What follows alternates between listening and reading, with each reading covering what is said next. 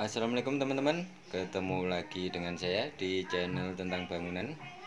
Di video kali ini saya ingin berbagi pengalaman atau ingin bercerita tentang pengalaman pribadi saya teman-teman ya. Jadi pada waktu itu saya pernah mendapat satu tawaran borongan renovasi rumah dan akhirnya gagal ya teman-teman. Oke teman-teman, sebelum dilanjut jangan lupa teman-teman like, share, dan tekan tombol subscribe. Dan jangan lupa bunyikan loncengnya supaya teman-teman bisa mengetahui tentang video-video terbaru dari saya. Oke teman-teman, saya akan langsung saja bercerita tentang pengalaman pribadi saya teman-teman ya. Jadi pada waktu itu saya pernah mendapat tawaran borongan renovasi rumah. Jadi saya ditelepon sama calon owner saya untuk datang ke rumahnya, mengukur dan menghitung anggaran untuk renovasi rumahnya ya teman-teman. Jadi sebelumnya rumahnya ini yang lama bangunan lantai 1 ya teman-teman. Rencana akan dibikin dengan bangunan 2 lantai. Nah pada waktu hari Minggu saya akhirnya survei ke lokasi ya teman-teman. Saya survei dan menemui calon owner saya tadi. Dan kemudian saya menghitung dan mengukur bangunan yang rencana akan direnovasi tadi ya teman-teman.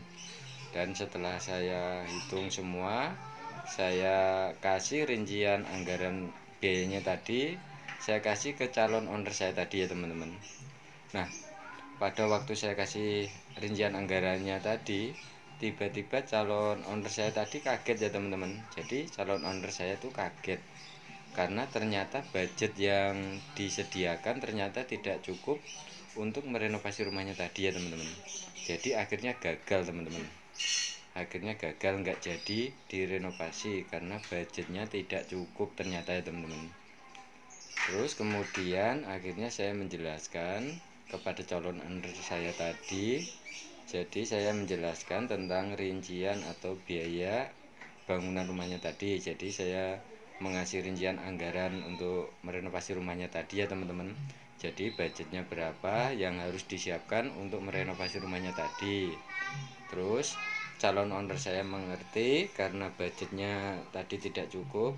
Kemudian dipending ya teman-teman. Kemudian dipending, akhirnya gagal tadi. Kemudian dipending dan calon owner saya tadi berjanji.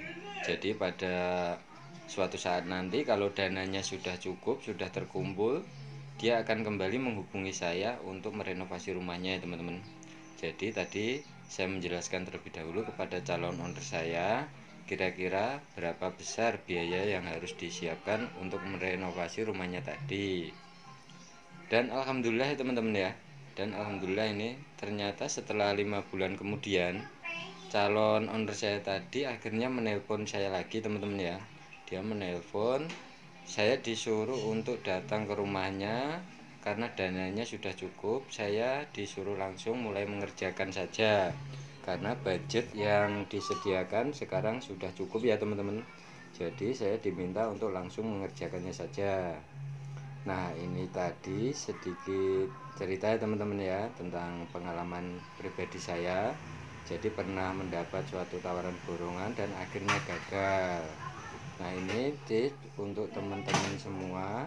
Jadi sebelum memutuskan untuk membuat suatu bangunan atau renovasi rumah, sebaiknya teman-teman mencari informasi terlebih dahulu tentang anggaran atau biaya untuk membuat suatu bangunan.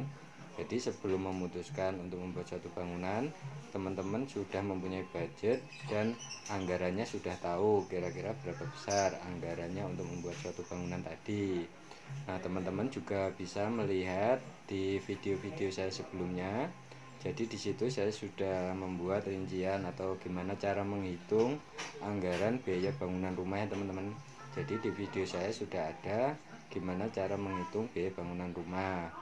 Oke teman-teman, ini tadi sedikit pengalaman pribadi saya dan semoga video saya ini bermanfaat untuk teman-teman semua. Dan jangan lupa teman-teman like, share, dan tekan tombol subscribe. Dan jangan lupa bunyikan loncengnya supaya teman-teman bisa mengetahui tentang video-video terbaru dari saya. Oke teman-teman, terima kasih.